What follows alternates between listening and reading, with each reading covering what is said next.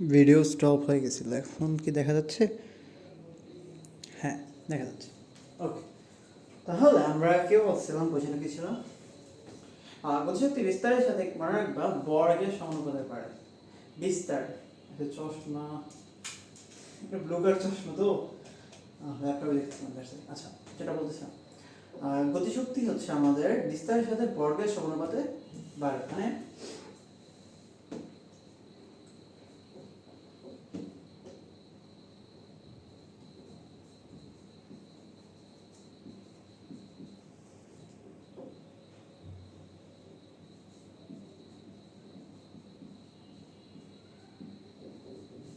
গতিশক্তি proportional to বিস্তারের square. বিস্তার, যতটুকু বিস্তার থাকবে সেটা আর কি, এটা একটা শর্ত আর কি, মনে রাখো জাস্ট যে গতিশক্তি বিস্তারের সাথে আমাদের বর্গের সমানুপাতে বৃদ্ধি পাবে এমসিকিউতে আসার সময়। আচ্ছা, মূল বেগ আর মূল বার বর্গের সাথে চাপের সম্পর্ক আমরা পড়ছিলাম, c = √3p divided by rho. বলছিলাম যদি আমাদের ঘনত্ব দেওয়া থাকে বা চাপ দেওয়া থাকে তাহলে কি √3p ডিভাইডেড বাই রো দিয়ে আমরা মূল ও বর্গবেগ বা সিআরএমএস বেগ পেয়ে যাব। আচ্ছা, এরপর বিএসএ মাইনাস কিউ, দেখো কোনটা আদর্শ গ্যাসের গতীয় সমীকরণ? গতীয় সমীকরণ কি? এটা একটু মনে রাখবো, PV = 1/3 mn c², m capital N c²। এখানে তোমার নিচে দেখো ব্যাখ্যাটাই দেখো, এটা আছে PV = RT আছে, P1 P1 আছে, PV = RT আছে। এই সূত্রটা মাঝে মাঝে দিয়ে দেয়, রিসেন্ট টাইম দিচ্ছে আর কি, যে PV = 1/3 ছোট হাতের n ক্যাপিটাল N c²। একটু জাস্ট মাথায় রেখো, একটু মাথায় রেখো যে 1/3 অফ স্মল মানে হচ্ছে এক অণুর ভর আর কি, বা অণুর না এক্স্যাক্টলি মানে কতটুকু আছে সেটার ভর। আর n হচ্ছে কি সংখ্যা, আর c² এটা হচ্ছে ইন্ডিকেট করে আর কি PV। ওকে, এরপর কোনটা সঠিক নয় দেখো, HSTU তে যেটা আমাদের দেখো P1/V1 = P2/V2, এটা কি কারেক্ট? কারেক্ট না, কারণ আমাদের P1/V1 = P2/V2। এটা কারেক্ট হতো যদি P1/P2 = V1/V2 হইতো, ওইভাবে যদি লেখা থাকতো তাহলে, বাট P1/V1 = P2/V2, রাইট? তাহলে P1/P2 = V2/V1 হইতো, V2/V1। এই দেখেন কি আসছে, দেখো P1/P2 = V1/V2, এটা তো কারেক্ট হচ্ছে না, দ্যাটস ওয়াই ভুল, দুই নাম্বারটা আমাদের ভুল, বাকিগুলো সবই কারেক্ট। কারণ P1/P1 P2/P2 এটাও কারেক্ট, PV/RT এটাও কারেক্ট, P1/P1 = P2/P2 এটাও কারেক্ট। আচ্ছা, বুয়েটের কোশ্চেনটা, হ্যাঁ এটা ইম্পর্টেন্ট আছে। দেখো যেটা আদর্শ গ্যাস একই চাপে ভিন্ন ভিন্ন পাত্রে হচ্ছে আমাদের আবদ্ধ আছে, যদি ρ1 ρ2 হচ্ছে এগুলো ডেনসিটি হয় আর হচ্ছে C1 C2 এগুলো মূল গড় বর্গবেগ হয়, তাহলে C1 C2 কি, তাহলে আমরা সিআরএমএস বেগ কি জানি √3p ডিভাইড বাই রো। তাহলে C1/C2 এর রুট ওভার কি হবে, ρ2/1 না, ρ2/1। কারণ কি? কারণ হচ্ছে আমাদের CRMS = √3p divide by rho, যেটা বললাম। তাহলে c এর সাথে রো এর কি সম্পর্ক? √1/ρ এর সম্পর্ক, এরকম, রাইট? তাহলে C1/C2 এখানে কি ρ1/ρ2 হবে √1 এর ভিতর? নো, উপরে কি ρ2 হবে, কারণ 1/ সম্পর্ক। তাহলে ρ2 যদি উপরে হয় ρ1 হচ্ছে নিচে হবে, তাহলে বুঝাই যাচ্ছে, এটাই বলছি। আচ্ছা, এরপর সমস্ত প্রক্রিয়ায় আবার থার্মোডাইনামিক্সের কোশ্চেন, এটা সমস্ত মনে রাখবা, সমস্ত প্রক্রিয়া হচ্ছে যে প্রক্রিয়া আমাদের তাপমাত্রা মানে হচ্ছে চেঞ্জ হবে না, তাপমাত্রা কনস্ট্যান্ট থাকে, তাপমাত্রা কোনো চেঞ্জ হয় না, থার্মোডাইনামিক্স আমরা পড়বো। তো ওই সমস্ত প্রক্রিয়া মনে রাখবো অলওয়েজ বয়েলের সূত্র মেনে চলে। তো সমস্ত প্রক্রিয়া যদি বয়েলের সূত্র মেনে চলে, তাহলে বয়েলের সূত্র আমাদের কি, PV = কনস্ট্যান্ট, তাহলে PV = K হবে, ওইটাই। পরম স্কেলের চাপের সূত্র, তো চাপের সূত্র আমাদের P = T, আমরা চাপের সূত্র থেকে জানি T অনুর গড় গতিশক্তি, এটাও বলছি 3/2 kT। এরপর হচ্ছে মূল গড় বর্গের পরম তাপমাত্রার সম্পর্ক, আবার বর্গমূলের সমানুপাতিক, আগে পড়া হয়েছে এটা। ও সরি, এগুলো হচ্ছে এইচএসসি বোর্ড কোশ্চেন, হ্যাঁ সরি সরি সরি সরি, এটা তো লাগবে না। আচ্ছা, তাহলে আমরা পরের টপিকে চলে যাই, পৃষ্ঠা নাম্বার 8 এ। পৃষ্ঠা নাম্বার 8, ওয়েট, পৃষ্ঠা নাম্বার 8 হচ্ছে আমাদের বন্টন গড় মুক্তবোধ। গড় মুক্তবোধ শর্ট সিলেবাসে নেই, ইনক্লুডেড নেই, শর্ট সিলেবাসে ইনক্লুডেড নেই, সো গড় মুক্তবোধ লাগবে না, গড় মুক্তবোধ দেখতে হবে। আচ্ছা, তাহলে এর পরের টপিকে আমরা যাই, পৃষ্ঠা নাম্বার 9 চলে যাও। দ্বিপরমাণু গ্যাসের গতিশক্তি কত? এক পরমাণু হলে 3, দ্বি পরমাণু হলে 5, তাহলে কি 5/2 kT, শেষ। আচ্ছা, দ্বিপরমাণু গ্যাসের স্বাধীনতা মাত্রা বলছি 5। এরপর হচ্ছে দেখো সিওর 2 নাম্বারটা, গামা = 1.41 কোনটার জন্য? বলো তো এখানে কি আছে? Oxygen, hydrogen, nitrogen, chlorine. 1.41 gamma, এটা থার্মোডাইনামিক্সের। থার্মোডাইনামিক্সে গামা আমাদের এক পারমাণবিক গ্যাসের জন্য হয় 1.67, দ্বি পারমাণবিক গ্যাসের জন্য হয় 1.41, ত্রি পারমাণবিক গ্যাসের জন্য 1.33। সুতরাং গামা ইকুয়াল 1.41 হচ্ছে দ্বি পারমাণবিক গ্যাসের জন্য বা অক্সিজেন, হাইড্রোজেন, নাইট্রোজেন, ক্লোরিন সব কয়টার জন্য। থার্মোডাইনামিক্সের কোশ্চেন যতগুলো কেন দিছে আমি বুঝতেছি না। আচ্ছা দেখো 27 সেলসিয়াস তাপমাত্রায় 1 মোল হিলিয়াম গ্যাসের গতিশক্তি কত? গতিশক্তি সূত্র কি? 3/2 এনআরটি। 1 মোল এর মান 1, আর কত? 8.314, টি কত? 27 degree celsius, that means 300 kelvin. তো ইজিলি কাউন্ট করতে পারবা। তারপর হচ্ছে F স্বাধীনতা মাত্রা হলে অনুদাগত গ্যাসের মোট অভ্যন্তরীণ শক্তি কত? যাই হোক শক্তি, শক্তি কথা তো বলছে, শক্তি কি? স্বাধীনতা মাত্রা ডিভাইড বাই 2 এনআরটি। স্বাধীনতা মাত্রা 1 পাউন্ডের জন্য 3, 3 পাউন্ডের জন্য 5, তাহলে কি F/2 এনআরটি হবে না? F/2 nRT. আচ্ছা জগন্নাথ, এই থার্মোডাইনামিক্সের কোশ্চেন আবার দ্বিপারমাণবিক গ্যাসের জন্য 1.4 মনে রাখবা। এটা এখানে তোমার না পড়লে হবে, এটা টোটালি থার্মোডাইনামিক্সে ধরে ধরে সব পড়াবো এগুলো। এখানে সব যে কেন থার্মোডাইনামিক্স ইনক্লুড করছে।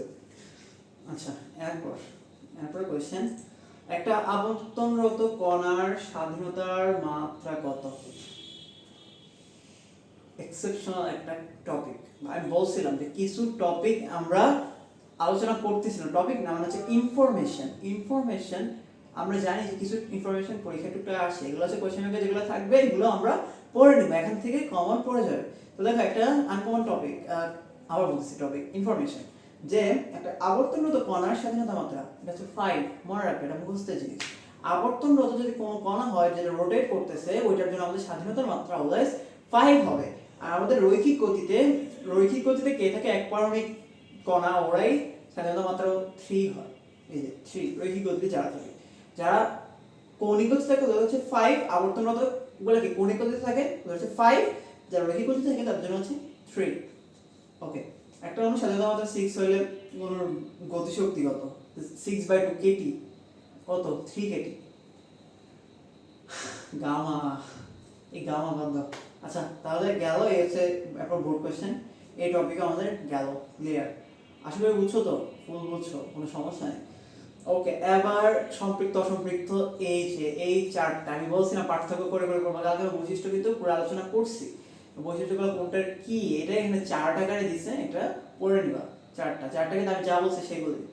ওকে, সম্পৃক্ত বাষ্পের বৈশিষ্ট্য মনে রাখার কৌশল একটা দেওয়া আছে, চাইলে মুখস্থ রাখতে পারো যে সম্পা বসকে মেনে চলে না, বাট এগুলো এরকম শর্টকাট আমি না পড়তে প্রেফার করবো, কারণ এগুলা কি তুমি নর্মালি যদি পড়ো না তোমার এমনি মাথায় থাকবে, এমনি তোমার মাথা থেকে কেউ বাইর করতে পারবে না, মাথা পিড়ায় তোমার বাইর করতে পারবে না। বাট এরকম এইসব উল্টাপাল্টা শর্টকাট গুলো না, এগুলো সম্পা, রূপা, মানুষের নাম মনে রাখা, এগুলো এত কিছু আমি মনে রাখতেছি, এই ছোট ইনফোগুলো আমি মনে রাখতে পারবো না, আমার অন্য কিছু মনে রাখতে হবে। ওইটার জন্য আবার সম্পাদে কি বুঝে, সম্পাদে কি সম্পৃক্ত না অসম্পৃক্ত না কি বুঝে আসলে, এটাও তো মনে করা লাগবে।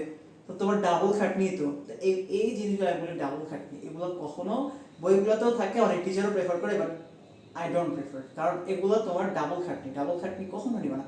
তোমার ব্রেন হচ্ছে একটা মেশিন, তোমার ব্রেনে তুমি যত প্রেশার দিবা ততই তোমার লোড পড়বে, ব্রেন ক্লান্ত হবে। ব্রেন কিন্তু তোমার অলওয়েজ টার্গেট থাকবে লিমিটেড প্রেশার দিয়ে বেশি একটা আউটকাম, মানে লিমিটেড প্রেশারে স্মল ওয়ার্ক ডানে তোমার একটা হচ্ছে হাই এফিসিয়েন্সি নিয়ে আসা, স্মল ওয়ার্ক ডানে হাই এফিসিয়েন্সি আনা, এটা হচ্ছে তোমার ব্রেনের কাজ।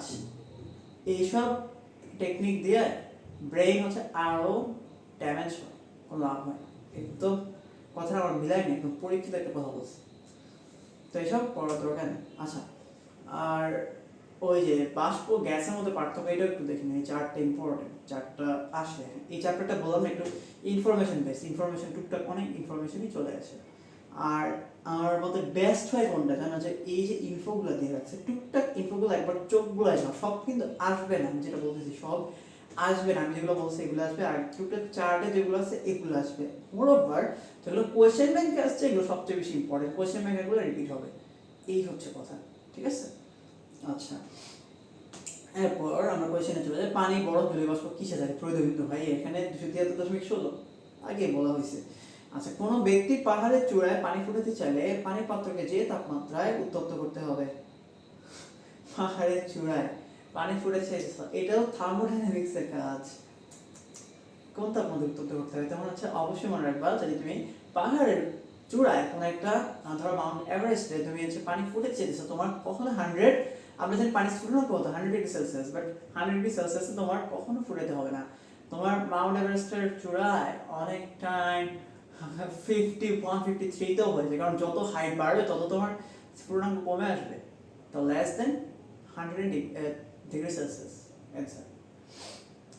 আচ্ছা, এরপর অক্সিজেনের সংকট চাপ আর তাপমাত্রা কত? সংকট চাপ আর তাপমাত্রা, এটা সংকট চাপটা একটু অক্সিজেনেরটা মনে রাখো যে 50 আমাদের সংকট চাপ হয়, আর তাপমাত্রা আমাদের অক্সিজেনের ক্ষেত্রে হবে 254 সংকট তাপমাত্রা। সংকট চাপ হচ্ছে 50, সংকট তাপমাত্রা হচ্ছে 254, মনে রাখো একটু।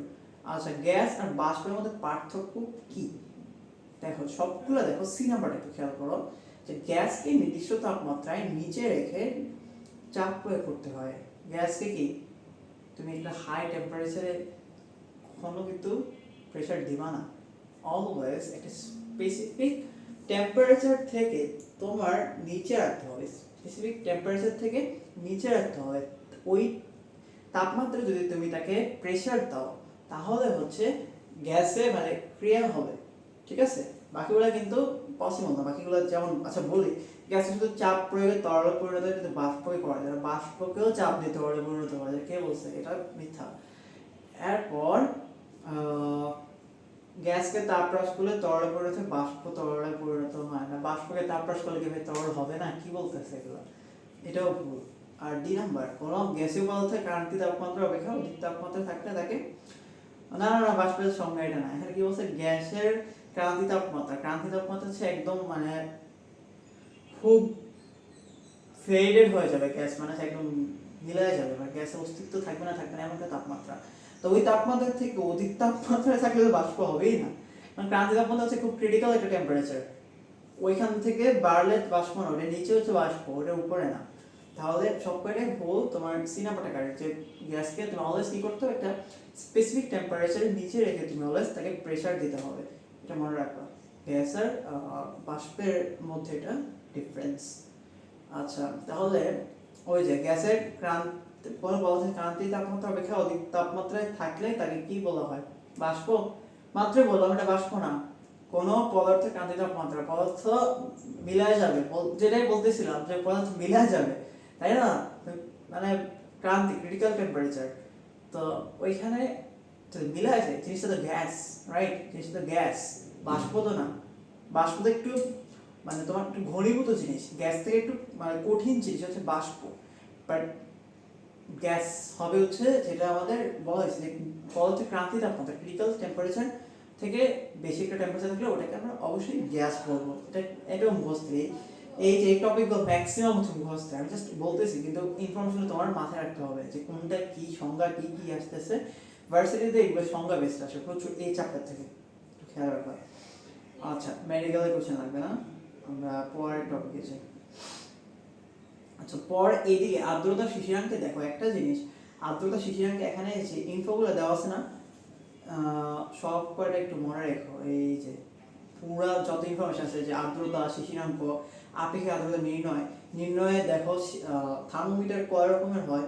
শিশিরাঙ্ক থার্মোমিটার, রাসায়নিক থার্মোমিটার, সিক্ত শুষ্ক বাল্ব থার্মোমিটার, বা হচ্ছে ক্যাশ থার্মোমিটার, হেয়ার থার্মোমিটার, হেয়ার দিয়ে আমরা যে থার্মোমিটারটা রাখি, তো ওইটা হচ্ছে এটার ক্লাসিফিকেশন আর কি। তো এরপর শিশিরাঙ্ক, আর্দ্রতা নির্ণয়, এগুলো বলছিলাম, এগুলো কথা হয়েছে আমাদের বই পড়ার সময়। আবহাওয়ার পূর্বাভাস, এটা হচ্ছে সিক্ত শুষ্ক, বললাম না সিক্ত শুষ্ক, একটা হচ্ছে ড্রাই, একটা হচ্ছে ওয়েট, দুইটা বাল্ব থাকে। ওই বাল্ব থার্মোমিটার থেকে আমরা হচ্ছে ওয়েদার ফরকাস্ট যে আমরা করি ওইখানে করতে হবে। বাংলাদেশের আবহাওয়ায় এটা ইউজ করে জেনারেলি, বাট নাসা এমন না। নাসা হচ্ছে খুব অ্যাডভান্স টেকনোলজি থাকে, ওরা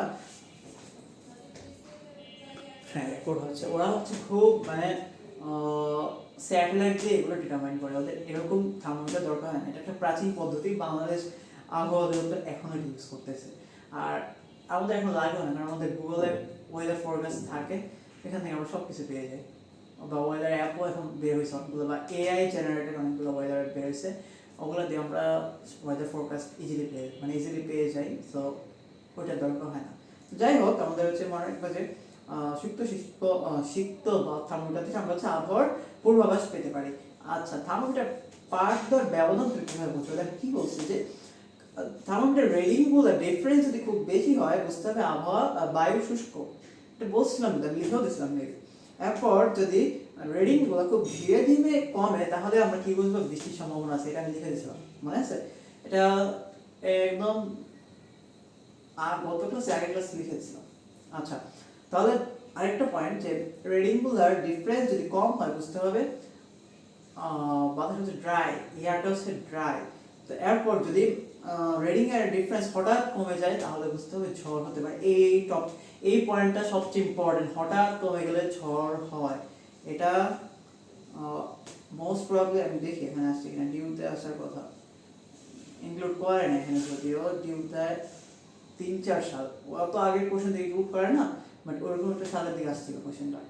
আচ্ছা, এবার আমরা আর্দ্রতা ভিত্তিক কয়েকটা ঘটনা দিচ্ছে এখানে, এগুলো ইম্পর্টেন্ট। যে এগুলো আমি কিন্তু ডিটেলসে বলছি যে শীতকালে কাপড় দ্রুত শুকায়, তারপর হচ্ছে একই তাপমাত্রা, এই যে জিনিসটা একই তাপমাত্রায় তোমার ঢাকা থেকে কক্সবাজারে তোমার অস্বস্তি বেশি। কেন একই তাপমাত্রায়? কেন? কারণ কক্সবাজারে একটু অস্বস্তি আমরা কীভাবে বুঝি?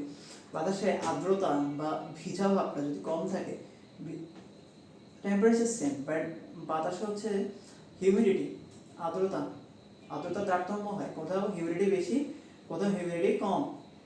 ঢাকায় ধরো হিউমিডিটি, আর্দ্রতা মানে শুকনা হওয়া, আর্দ্রতা বলতে বেসিক্যালি না, আর্দ্রতা হচ্ছে ভিজা ভাবটাকে আমরা আর্দ্রতা বলি, বা হিউমিডিটি হচ্ছে ভিজা ভাবটা বাতাসে।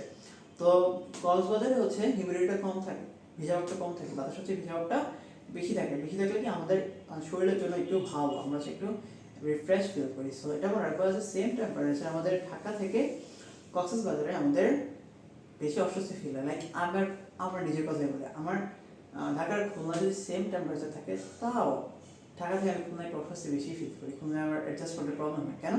কারণ হচ্ছে তোমার হিউমিডিটি ঢাকায় একটু বেশি থাকে, কারণ ঢাকায় বৃষ্টিপাত প্রচুর হয়, বাতাসে একটু ভিজা ভাবটা বেশি থাকে। বাট খুলনায় বা কক্সবাজারে একটু বেশি, খুলনাটা কম পড়ে, যেহেতু তুমি মানে আমরা খুলনাতেই থাকি, বাট আমার সাথে থাকে, তো ওই হিসাবে কম্পেয়ার করলাম আর কি, যে খুলনা একটু আমার ধরো অস্বস্তি ভাবটা বেশি হয় সেম টেম্পারেচারে, কারণ বাতাসের হিউমিডিটি তারতম্যের জন্য, আর্দ্রতার তারতম্যের জন্য। আচ্ছা, এরপর শীতকালে গ্লিসারিনের কথা বলছি। আকাশ মেঘলা থাকলে হচ্ছে শিশির পড়ে না, এটা মনে রাখবা। ভিজা কাপড়ে একটা ভিজা কাপড়ে যদি তুমি বাল্ব লাগাই দাও, হিট আসবে না, তো তখন এর তাপমাত্রা কমে যাবে। ভিজা কাপড়ে বাল্ব লাগাই দিলে তাপমাত্রা কমে যাবে, এটা মনে রাখবো। আচ্ছা, এবং ঘর্মাক্ত দেখে বাতাস লাগলে হচ্ছে কি আমাদের আরাম অনুভূত হয় বলছিলাম, এইটা। এরপর বাতাসে বাষ্প ঘনীভূত হওয়ার কারণে কি হয়? ডিউ আসে, শিশির আসে, এটা জানার কথা। বাষ্প যদি অনেক হয় যে শরৎকালে আমাদের শিশির পড়ে, কারণ বর্ষাকালের পরে আমাদের কি শরৎকাল আসে, শরৎকালে কি শিশির থাকে। শিশির কেন হয়? বাতাসে বাষ্প থাকে, ওগুলো হচ্ছে শিশির রূপে নেমে আসে, কারণ বৃষ্টি অতটা হয় না, বাট শিশির রূপে পানিগুলা নেমে যায়। আচ্ছা, এরপর কুয়াশা, ফগ, আমাদের মেঘহীন রাতে বায়ু প্রবাহ যদি না থাকে, শীতকালে যেটা হয় বায়ু প্রবাহ না থাকলে মেঘহীন রাতে, শীতকালে বা মেঘ থাকে না তেমন, তখন ফগে একটা ওয়েদার থাকে, মানে কুয়াশা পড়ে। আচ্ছা, এরপর মেঘ ঊর্ধ্বাকাশে কুয়াশাই হচ্ছে মেঘ, আমাদের আপার লেয়ারে স্কাইয়ের ওইখানে আমাদের মেঘ থাকে। মেঘগুলো হচ্ছে এই কুয়াশা, এগুলো ঘনীভূত হয়েই মেঘ জমা হয়। ছোটবেলায় পানি জমলে পড়ে আসা কমন টপিক। শিলা হচ্ছে মানে যখন আমাদের যেটা বলা হয়েছে মেঘের উপরে উঠতে থাকে, তাপমাত্রা অনেক কমে যায় না, তখন এটা কি একটু ঘনীভূত হয়ে যায়, ঘনীভূত হয়ে কি হয় আমাদের বরফ টাইপের প্রডিউস করে, যেটা আমরা শিলা বৃষ্টি সাথে পরিচিত, যেটা হচ্ছে বরফের একটা বৃষ্টি হয়, তো ওইটাকে আমি শিলা বৃষ্টি বলি না। তো ওইটাই হচ্ছে আমাদের মেঘগুলো যখন একটু উপরে যায় তাপমাত্রা কমে যায়, তো কমে গেলে কি হয়? বরফ রূপে জমা হয়ে যায়, কারণ আমরা কি বলছি মেঘ হচ্ছে কুয়াশা টাইপের। তো যখন ফার্স্টে আকাশ একটু নিচের দিকে কুয়াশাগুলো একসাথে ঘুরে, যখন একটু উপরে যাবে তখন তাপমাত্রা কমে যায়, তখন কুয়াশাগুলো জমে তোমার শিলার সৃষ্টি করে, শিলাগুলো বলে হচ্ছে আমাদের এক্স্যাক্টলি বৃষ্টি হয়। আচ্ছা, তাহলে এগুলো হচ্ছে আমাদের কথা। এবার হচ্ছে আমরা কোয়েশ্চেনে যাই, যে জাহাঙ্গীরনগরের কোয়েশ্চেনটা, 1 মিটার কিউব আয়তনের বায়ুতে যে পরিমাণ জলীয় বাষ্প থাকে সেটা হচ্ছে বায়ুর পরমাত্রা, মনে রাখবে। 1 ঘনমিটার আয়তনের ব্যাপ্তিতে যতটুকু জলীয় বাষ্প থাকে এটা হচ্ছে আমাদের বায়ুর পরম আর্দ্রতা। মনে রেখো কোনটা মিথ্যা। মিথ্যা দেখো বি নাম্বারটা আমরা কথা বলি। বি নাম্বারটা হচ্ছে পাহাড়ের চূড়ায় বায়ুর চাপ কম থাকে, পানির স্ফুটনাঙ্ক কম, তাই রান্না করা সহজ হয়। পাহাড়ের চূড়ায় রান্না করা সহজ, এবার পাহাড়ের চূড়ায় রান্না করা কঠিন। আমাদের এভারেস্ট ফার্স্টে বিজয় করছিল এডমন্ড হিলারি আর তেনজিং শেরপা মেবি। তো ওনাদের একটা বায়োগ্রাফি আছে নিজেদের, মানে ওনারা ঘটনাটা লিখছে যে ওনাদের টোটাল অ্যাডভেঞ্চারটা কেমন ছিল। তো এখানে এডমন্ড হিলারির লেখাটা এমন ছিল যে উনি বলছিল আমরা যখন রান্না করি এভারেস্টের প্রায় আমাদের এভারেস্ট তো কত প্রায় 8,900 মিটারের মতো, 8,900 মিটারই প্রায়। সো ফুটে প্রায় 27,000 ফুট, যাই হোক অনেক হিউজ একটা জায়গা। সো যখন তারা মোটামুটি 3/4 উঠে গেছে ওই সময় তারা রান্না করবে মানে এত কঠিন যে মানে আগুন জ্বালাতে পারতেছে না, এরপর রান্না করতে পারতেছে না, কি একটা অবস্থা। এরকম আর কি যে আমাদের পাহাড়ের চূড়ায় যদি আমরা যাই সেক্ষেত্রে আমাদের বাতাসের চাপ কম থাকে, পানির স্ফুটনাঙ্ক কম হয়, মানে কম তাপমাত্রায় পানি ফুটতে শুরু করে, কম তাপমাত্রায় আমাদের পানি ফুটতে শুরু করে। তো ওই ক্ষেত্রে কি আমাদের রান্না করা সহজ? কম তাপমাত্রায় যদি পানি ফুটতে শুরু করে রান্না কিভাবে করবো? ব্যালেন্স থাকতে হবে না। তো ওই জন্য আমাদের পাহাড়ের উচ্চতায় রান্না করা একদমই সহজ না, সেটা হচ্ছে আমাদের জন্য কঠিন। ঠিক আছে, আচ্ছা। তারপর যে তাপমাত্রায় বায়ুমণ্ডলের কোনো নির্দিষ্ট আয়তনে বায়ুর মধ্যে অবস্থিত জলীয় বাষ্প দ্বারা সম্পৃক্ত হয় তাকে কি বলে? শিশিরাঙ্ক বলে। শিশিরাঙ্ক সংজ্ঞায় আমরা বলছিলাম। আচ্ছা, শিশিরাঙ্ক বলতে কি বোঝে? তাপমাত্রা। শিশিরাঙ্ক হচ্ছে এক্স্যাক্টলি তাপমাত্রাই নির্দেশ করে, কারণ যে তাপমাত্রায় আমাদের শিশির জ্বলতে শুরু করে তাকেই তো আমরা শিশিরাঙ্ক বলি। আচ্ছা, কোনো নির্দিষ্ট আয়তনে বায়ুতে উপস্থিত বা জলীয় বাষ্পের পরিমাণকে কি বলে? পরমাণু। এটা আমরা প্রথম কোশ্চেনটাতে বলছি। আচ্ছা, হাইগ্রোমিটারের থার্মোমিটার পাঠের ব্যবধান ধীরে ধীরে করলে কি হয়? বৃষ্টির সম্ভাবনা থাকে, বলছিলাম না? বৃষ্টির সম্ভাবনা থাকবে। শীত শুষ্ক বাল্ব থার্মোমিটারের পাঠের ব্যবধান হঠাৎ কমে গেলে কি হবে? বলছি, এটা ইম্পর্টেন্ট আছে। ঝড় হতে পারে, ঝড় হবে। আচ্ছা, এরপর শিশিরাঙ্কে কোন স্থানের সম্পৃক্ত জলীয় বাষ্পের চাপ কোন নির্দিষ্ট তাপমাত্রায় ওই স্থানের অসম্পৃক্ত জলীয় বাষ্পের চাপের সমান। কারণ শিশিরাঙ্কে তোমার কোন স্থানে সম্পৃক্ত জলীয় বাষ্পের চাপ কোন নির্দিষ্ট তাপমাত্রায় ওই স্থানের সম্পৃক্ত না, সম্পৃক্ত হলে সমানিত না, কিন্তু এখানে অসম্পৃক্ত জলীয় বাষ্প ওটার চাপের অবশ্যই সমান হবে। আচ্ছা, আপনি আর equals to small f by capital F, easy, into 100%, অবশ্যই 100% দিও। আচ্ছা, এরপর হচ্ছে আমাদের আপেক্ষিক 100% হলে শিশিরাঙ্কের বায়ুর তাপমাত্রা কি হবে? সমানই হবে। 100% যদি আপেক্ষিক আর্দ্রতা হয় শিশিরাঙ্কের বায়ুর তাপমাত্রা কি সমানই তো হবে, বলাই যায়। শিশিরাঙ্ক কি? অবশ্যই তাপমাত্রা। আচ্ছা, মেডিকেল কোশ্চেন লাগবে না। এই হচ্ছে আমাদের। আচ্ছা, আরেকটা টপিক আছে, তাই তো? আরো অনেক কোশ্চেন আছে। এই মেইন কোশ্চেনগুলো ইনক্লুডই করে না এরকম, হচ্ছে নর্মাল কোশ্চেনগুলো ছিল। আচ্ছা, এবার ম্যাথমেটিক্যাল টার্মগুলো আসছে। তো দেখো, ম্যাথমেটিক্যাল টার্মের প্রথমে আমাদের সূত্রগুলো আছে, সূত্রগুলো অবশ্যই ইম্পর্টেন্ট, সূত্রগুলো আমাদের লাগবে। P1 P1 P2 P2 P1 by T1 P2 by T2 আর হচ্ছে V1 by T1 চার্লসের সূত্র, এগুলা সমন্বয় সূত্র তো আমরা পড়ছি। তো এখান থেকে ম্যাথগুলো দেখো, আমি বলছিলাম এই ম্যাথগুলো বেশি আসে চার্লস বয়েল আর অ্যাভোগাড্রো না, সরি, গ্যালুসাক বা চার্পীয় সূত্র, যেটা চার্পীয় সূত্র থেকে মিক্সড ম্যাথগুলো আসে। হ্যাঁ, ম্যাথ পার্ট আজকে নিলে কভার করা পসিবল হবে না, তাহলে নেক্সট দিন আমরা হচ্ছে যে ম্যাথগুলো আসছে এই ম্যাথগুলো আলোচনা করবো। আজকে হচ্ছে আমরা থিওরিগুলো পড়বো, ম্যাথ পার্ট অনেক বড়, ম্যাথ পার্টটা আজকে একবারে ম্যাথ পার্টটা শেষ করে বেটার হবে, যতই টাইম লাগুক ম্যাথ পার্টটা একবারে ধরে শেষ করে দেবো। তো এখন একটা কোয়েশ্চেন তুমি দিয়েছিলাম, আমি হোয়াটসঅ্যাপে দেখছিলাম, তো ওইটা নিয়ে আলোচনা করি, দেখি কোয়েশ্চেনটা।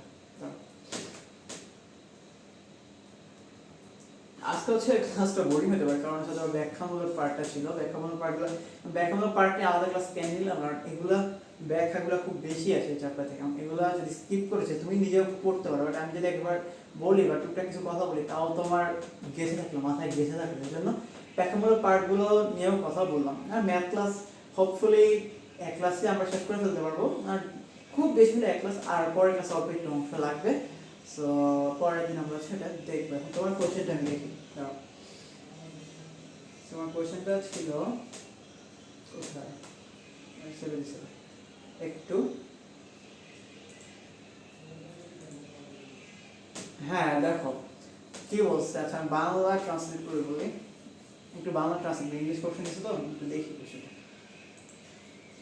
যে a man pulls a 100 Newton block up a frictionless 30 degree slope 5 meter high. Assuming that the block moves at a constant speed, the work done by the man is equals to what? তাহলে এখন দেখো এখানে আমাদের দিতে হবে fs cos θ, কারণ হচ্ছে কোনো একটা ব্যক্তির কথা বলছে, ব্যক্তিটা হচ্ছে কি করে, ব্যক্তিটা হচ্ছে আমাদের 30 ডিগ্রি ঢাল স্লোপ, মানে 30 ডিগ্রি আমাদের হচ্ছে এখানে ঢাল, ঢাল নিয়ে কাজ করতেছে। এই তোমার এখানে অ্যানসার ভুল দাও, কারণ আমাদের একটা ব্লক টানতেছে ঘর্ষণহীন তল বরাবর, সমুদ্রে চলে ব্যক্তি কি পরিমাণ কাজ করবে। তো তল বরাবর বলে কি, আমরা বলছি না যে তল বরাবর আমাদের বলে, তাহলে কি কাজটা আমাদের এ বরাবর হচ্ছে না? আমি তো বলছিলাম তল বরাবর বলে লম্ব বরাবর কাজ হয়। তার লম্ব বরাবর কাজ হলে আমরা কি সূত্র নেব, fs cos θ নাকি fs sin θ? অবশ্যই fs sin θ নিয়ে কাজ করতে হবে। তাহলে এখানে w সমান কি হবে, fs sin θ।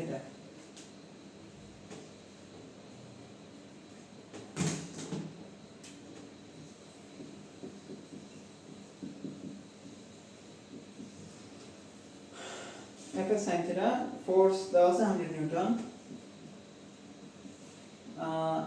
আমাদের সমান হচ্ছে 5 sin, কোণ যেটা আছে 30 ডিগ্রি, sin 30 মানে কি হাফ, তাহলে হাফ ইনটু 50, 250 হবে, 250 জুল। স্লোপ তো দেওয়াই আছে, স্লোপ কেন ইউজ করব না, এখানে অ্যানসার কি দাও আমি বুঝলাম না। অ্যানসার অবশ্যই এখানে স্লোপ ইউজ করতে হবে, তাহলে স্লোপ ইউজ করেন 500 জুল কোনো ভাবেই আসে না। ব্লকটার তোমার 30 ডিগ্রি স্লোপ দেওয়া সেকেন্ড, কারণ হচ্ছে তার তল বরাবর যে কাজটা হচ্ছে তার একটা কোণ হবে না, কত ডিগ্রি কোণে কাজ হচ্ছে। এখানে ওরাই যে চিত্রটা দিয়েছে, ওরা চিত্রটা দেখে নাও, নিও না, এই যে 30 ডিগ্রি তো আমাদের নিতেই হবে। আমাদের সূত্রই তো হচ্ছে যদি স্লোপ থাকে অবশ্যই একটা বাঁকানো যদি তল হয়, এখানে আমাদের কোণ থাকলে কোণ তো নিতেই হবে, কোণ আমরা কোনোভাবে স্কিপ করতে পারি না, কোণ কোনোভাবে স্কিপ করতে পারি না। স্মুথ ফোর্স আছে, ফ্রিকশনলেস, ঠিক আছে, স্মুথ একটা সারফেস, বাট আমাদের কোণ তো নিতে হবে, কোণ কেন বাদ যাবে? ফ্রিকশন তো আমাদের কখন আসে, ফ্রিকশন আসবে আমাদের এখান থেকে আমরা বিয়োগ করব, বাট কোণের সাথে ফ্রিকশনের কোনো সম্পর্ক নেই। তো আমাদের অবশ্যই fs sin θ নিয়ে কাজ করতে হবে। এখানে অ্যানসারটা টোটালি ভুল দাও, fs sin θ 30 ডিগ্রি নিয়ে কাজ করবা, কি অ্যানসার দিছে ভুল, উদ্ভাসের কোশ্চেন নাই না, উদ্ভাসের প্রচুর ভুল থাকে, মানে এই এক প্রবলেম আর কি। তো এটা একটু কারেক্ট করে নিও, এটা অবশ্যই তোমার sin 30 নিতেই হবে, কারণ আমাদের তল বরাবর কাজ হচ্ছে, কোশ্চেনটা তো বলা আছে না তল বরাবর যে কাজ হচ্ছে, আচ্ছা তল বরাবর মেনশন করা আছে, তাহলে আমাদের অবশ্যই sin θ নিতে হবে। যদি আমাদের লম্ব বরাবর হয় তাহলে হচ্ছে আমাদের কি আনুভূমিক বরাবর কাজ হবে, এই ক্ষেত্রে আমরা cos θ নিই, রাইট? তো এটা খেয়াল রাখবা, sin θ নিতে হবে, ঠিক আছে? তাহলে আজকে এতটুকু থাক, আমরা নেক্সট দিন হচ্ছে চ্যাপ্টার 10 এর যে আমাদের ম্যাথমেটিক্যাল পার্টগুলো, ম্যাথমেটিক্যাল পার্ট নিয়ে আলোচনা করব, আর হোপফুলি চ্যাপ্টার শেষ হবে। তো ঠিক আছে, ভালো থাকো।